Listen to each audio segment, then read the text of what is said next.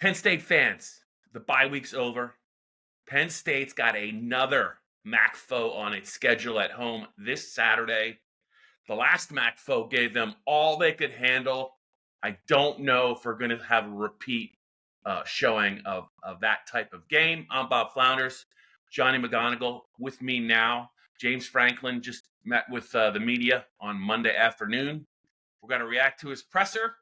But Johnny, this is another pay to play game for Penn State's opponent. Bowling Green sure gave Penn State its money's worth a couple of weeks ago. That was a compelling game. That was a game right until the very end. They needed an onside kick to secure the win. That's not going to happen this Saturday. I feel pretty comfortable saying that Kent State, even if they come to play, it's not going to matter. But hey, this is a game that's been on the schedule for a while. James Franklin was asked about it, Johnny. Like, when you schedule these games, you're never going to know if you're going to get Northern Illinois like Notre Dame was, or Bowling Green like Penn State was. But this game looks like it could be maybe one of the more non-competitive games of the James Franklin era at Penn State. Yeah, and just judging from what Kent State has already done this season, they lost 55-24 in week one against Pitt. They had a couple of weird, special teams touchdowns, and to get to that 24, they ended up losing to St. Francis at home in week two, and then this past weekend, Bob, I felt bad for them when I saw what happened at Tennessee. They lost 71-0, and if I'm not mistaken, it was 65-0 at halftime.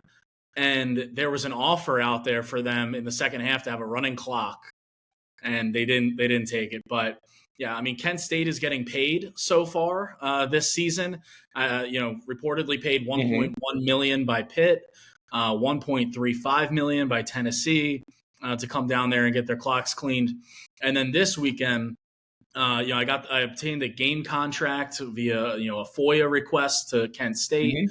And they're getting paid $1.6 million by Penn State, guaranteed to come play this weekend at Beaver Stadium. And like James said, when you schedule these teams a few years out, you don't know exactly what they're going to look like. This game contract was signed between Penn State and Kent State back in March of 2021. So impossible to say at that point that Kent State is going to be a doormat and probably not much competition or tune-up for Big Ten play. It kind of is what it is. But we've seen what happens in other bye games. You mentioned Northern Illinois over Notre Dame. This past weekend, Toledo kicked the crap out of Mississippi State. Memphis beat Florida State, which is Florida State's kind of a joke right now. But both paid seven figures to go down there and do that. So I don't think Penn State is going to get caught up in that. I think it's going to be a very different story from those upsets so far this season. There's a reason why, Bob, that this is a 49-point spread. 7 touchdowns. It might be a little light too. It could be a little light this week. I wouldn't be surprised. Yeah, Johnny. So it's 7 it touchdowns. Is. Yeah.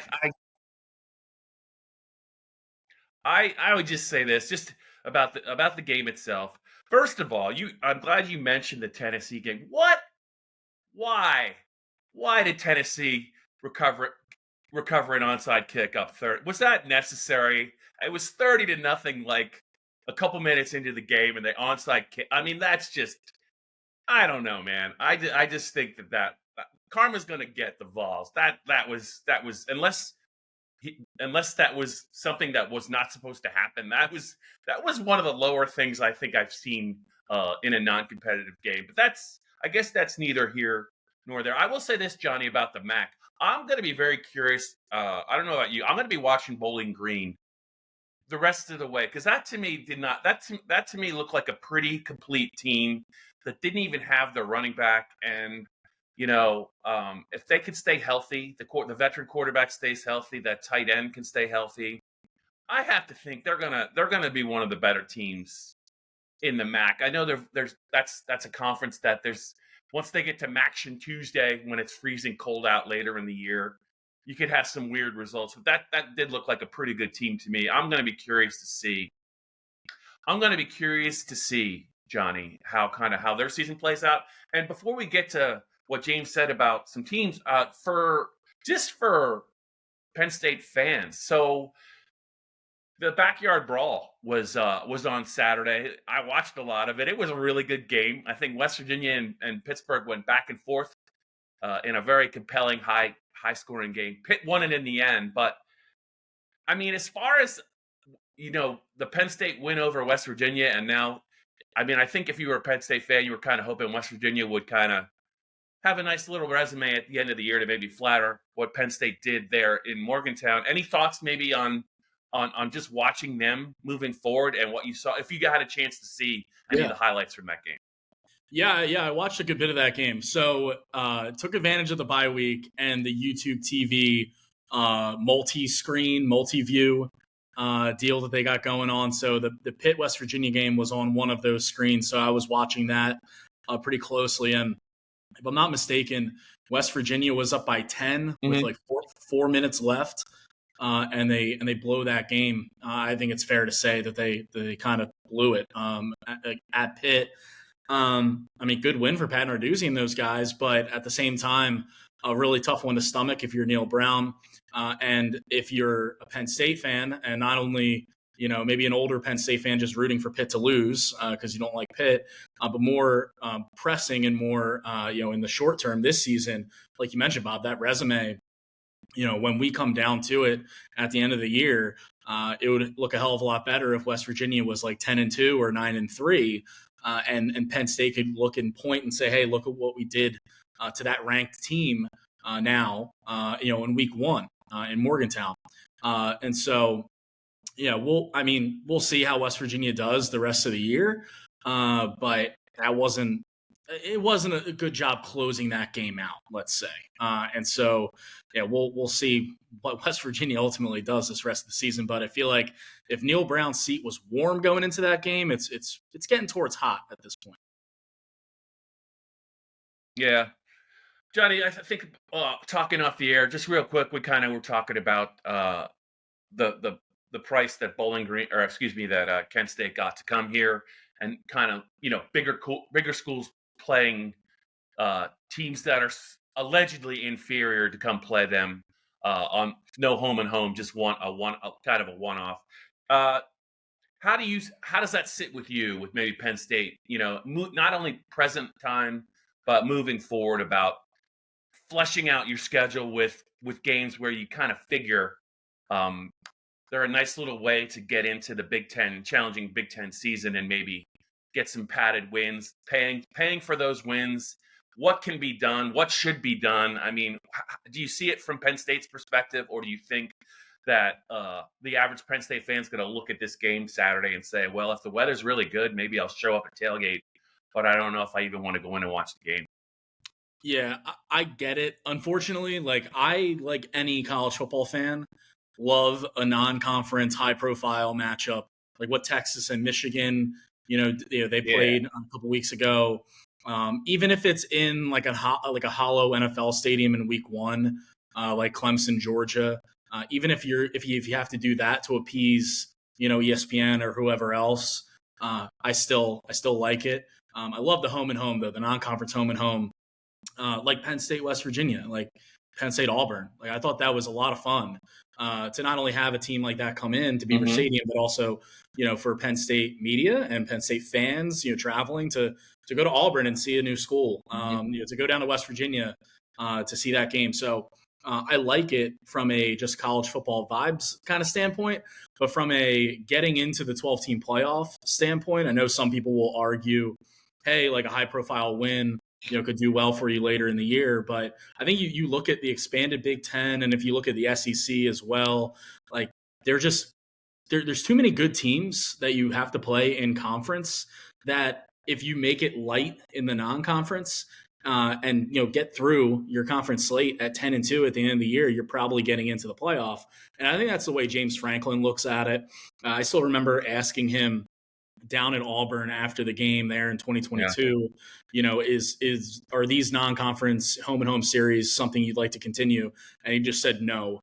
You look at the future, schedule, and that kind of bears out for Penn State. They have a future home and home with Syracuse, a home and home with Temple, but a lot more.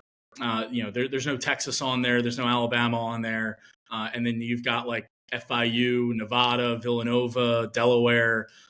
So I think you're going to see a lot more of that, especially if the Big Ten keeps a 9-game conference schedule, which is not what the SEC has to work with. I get it from James Franklin's standpoint. I get it from all these different coaches that they would prefer, frankly, like easier wins in the non-conference because they know what's upcoming in conference play. As a fan, I would like to see all the high-profile matchups possible, but I don't think that's going to be the case. Yeah, I'm with you. Excuse me, Johnny. When you look at this game, James was kind of asked about, the underdog. What's the message to the team? How do you approach it?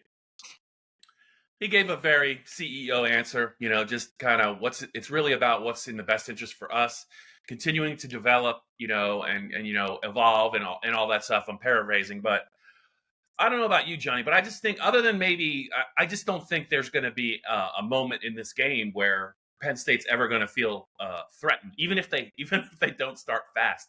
But other than playing some freshmen, right, or maybe holding some guys out that are still a little dinged up, Kevin Winston is a guy that we're not really sure if he's going to play on Saturday.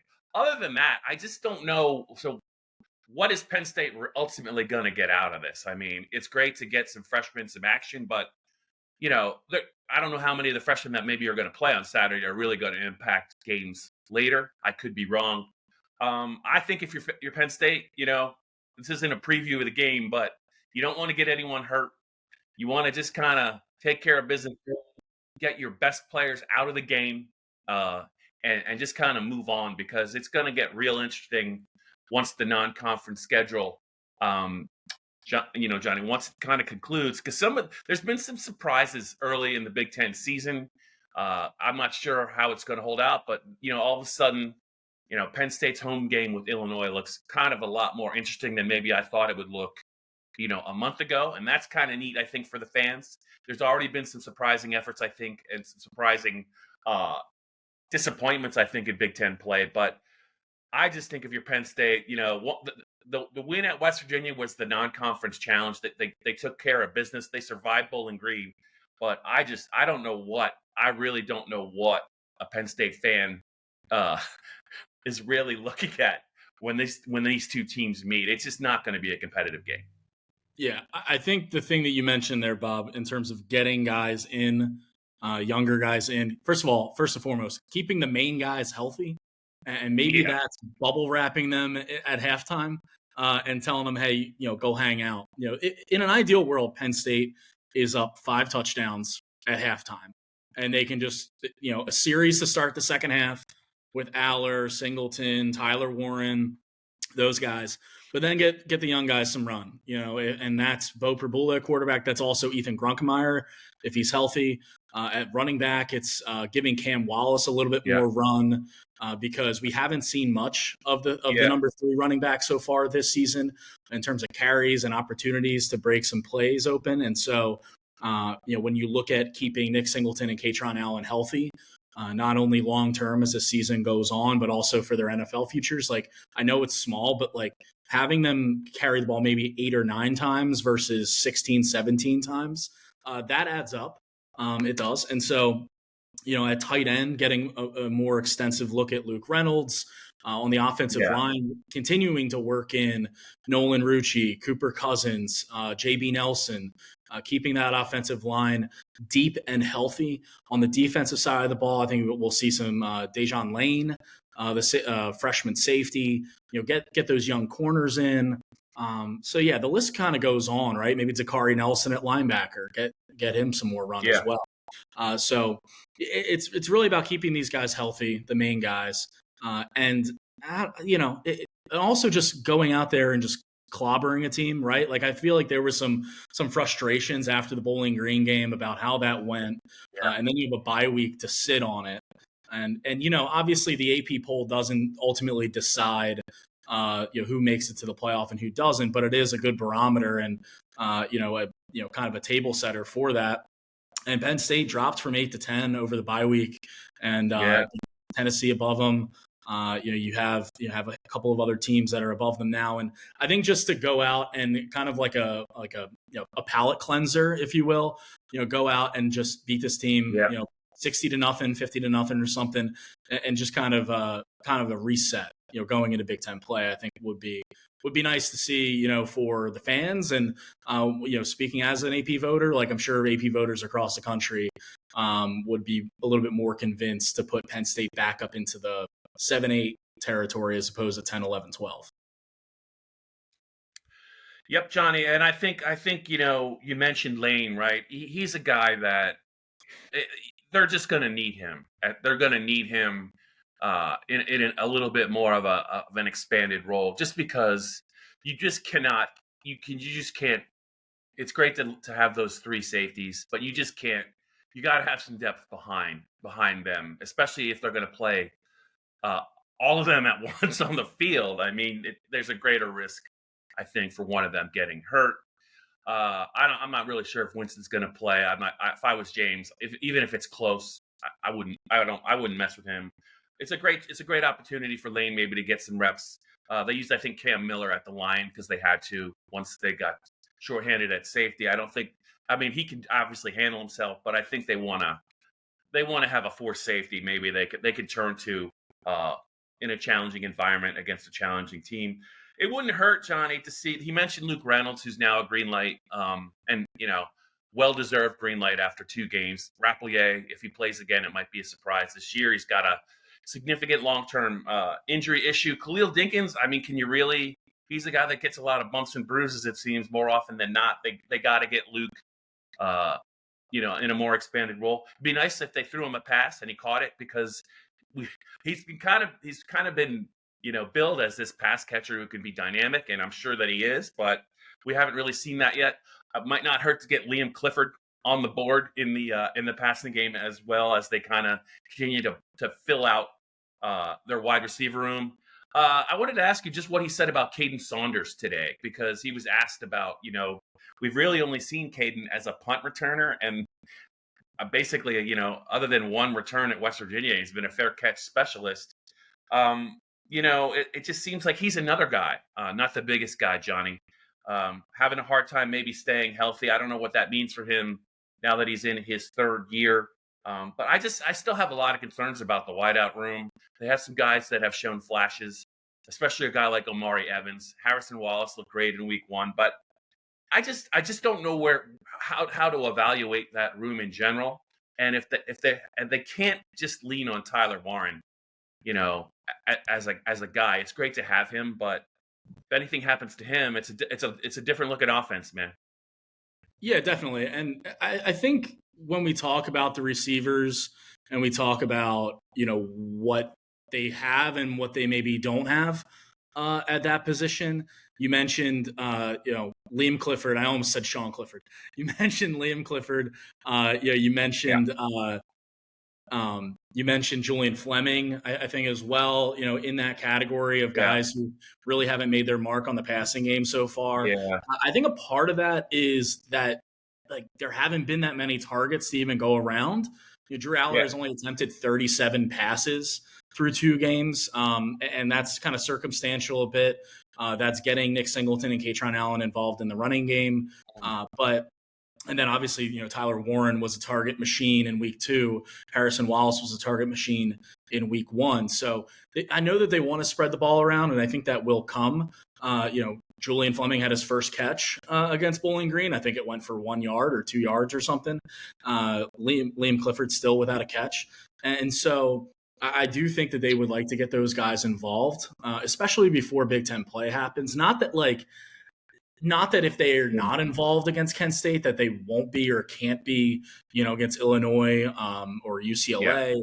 But I think just from a confidence standpoint, getting those guys involved, especially Liam Clifford, who we heard all August that, it was him and Harrison Wallace as the two receivers that were really impressing in camp. And I know Max on the podcast last week mentioned a practice rep that he saw from Liam Clifford that impressed him. And so I think, they're seeing the signs there in practice during the week. It's just a matter of it, translating and him having the opportunity on Saturdays. And so wouldn't be surprised if, I don't know if it'd be a force feed situation, but if Liam Clifford and or Julian Fleming end up in the end zone this week, just to get the ball rolling for those guys, as Big Ten play, as Illinois looms. You mentioned Illinois, Bob. Yeah, they're better than I thought they were, or at least they're in a better spot right now than I thought they would be. Yeah.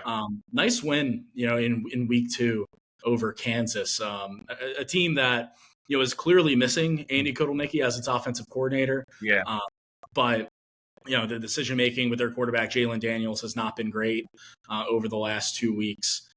But still, a nice win for Illinois, and they very well could be ranked. And I believe they play Nebraska this week. Is that accurate? Nebraska.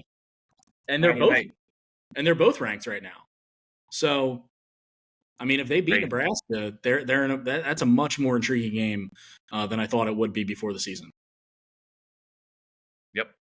All right. Before we wrap this up, the Blue White Breakdown here on Monday. It's Kent State week, Penn State fans. Before we get to your question, I liked your question because you asked about a guy that's kind of a guy that I always kind of remember during my time covering Penn State, and I'm happy to see him succeeding elsewhere. But I just wanted to say, James keeps mentioning third down, and hey, one of the reasons we can't get the ball to more guys is we haven't been very good on third down. I think they're 7 for 20. I think they had 2 third down conversions against Bowling Green. But my thought about that, Johnny, is I don't know how many times they're going to get the third down early in this game against Kent State, based upon what I saw and read about the Tennessee game, based upon the loss to St. Francis and what Pittsburgh did to them. But hey, that's not the worst problem in the world to have, is you don't have many third downs in a game. But I wanted to ask you brought him up because, Billy O'Brien, the former Penn State coach, who's now the head coach at Boston College, he has roots up there in Massachusetts, but they went into Missouri against a good Missouri team, and they hung in there really nicely against a very talented Mizzou team. They already beat Florida State, although that's starting to not be that big of a deal anymore. But you asked James about Bill O'Brien, because Bill O'Brien does have college ties other than Penn State when he was the head coach at 2012 and 2013. But I'm just happy that Bill is back in the game, running the show. He's an interesting guy, demanding guy, but like you're seeing it at BC, and you saw it at Penn State. Like, he could put the fear of God into you in a good way, and his players play hard for him, and that's kind of what you want out of a coach, a guy that's gonna push you and get the best out of you. Yeah, I wanted to ask James Franklin about Bill O'Brien being back as a college head coach. I've wanted to ask him this for a few weeks now, but I figured now would be a good time ahead of the Kent State game when, obviously there are other things to ask him about, but at the same time, this is a game that they're going to win pretty handily. Let's sneak this one in now, and especially because Boston College has had a nice start to the year. The Florida State win is looking a little bit. The shine has come off of that a little bit since Florida State. They're 0-3, Bob. And their preseason win total was set at 9.5 in the regular season. So they're under already hit, a month into the season. But yeah, and I will say though, it was still a nice win at Florida State. Not great. It's not good. No, it's not. It was still a good win though at Florida State for Billy O'Brien and the Eagles. And there was an interview after the game. It was on Scott Van Pelt on ESPN. And Bill O'Brien was there, fielding questions from SVP, and I just immediately thought of the bunch of fighters, post game interview, for Penn State. It was a great moment, but yeah, James Franklin had some cool things to say. He said he's happy for him, not surprised that Bill O'Brien is off to a solid start. at Boston College. They coached together at Maryland in 03 and 04. They lived in the same neighborhood. Their wives were friends. Like, Franklin has said over the years that he, respects O'Brien and, as a friend, as a peer, as a resource. And so, cool to see O'Brien doing his thing back as a head coach. And I'm sure for Penn State fans, happy that he's at Boston College and not Ohio State's offensive coordinator, which he was for like a month. He was hired there in January, and then in February leaves for BC. So that would have added another layer of intrigue to that November 2nd game, Bob. Yeah, I was kind of rooting for that to I'm happy for Bill, right? But for selfish reasons, I was really hoping he would be the OC, and that game could have been like, it's looming. It looks like, it looks like it's going to be one of the premier games in the Big Ten this year, depending on how things play out. We'll see how it's still a long way off in Beaver Stadium. But Penn State, Ohio State is one thing. Penn State, Kent State is something entirely different. We will be back with a couple of more podcasts throughout the week. Max, Ralph, Johnny, and myself have a couple more to get to. Make sure you check out all of our stuff on PennLive. It is a 3:30 kick. I think it's the Big Ten Network Saturday. Then it's time to get serious for Penn State, beginning with that Illinois game, which you never know. You never know with Illinois. It was only a couple years ago when they came in here as a massive underdog, and just that was like the 8 or 9 overtime game. That was, well, it was a rough watch, but there was upsets happen, and as we learned, we almost learned it against Bowling Green a couple weeks ago. But Johnny, good talking with you. I guess I'll be chatting with you later in the week. Look for all this stuff on PennLive, mine as well.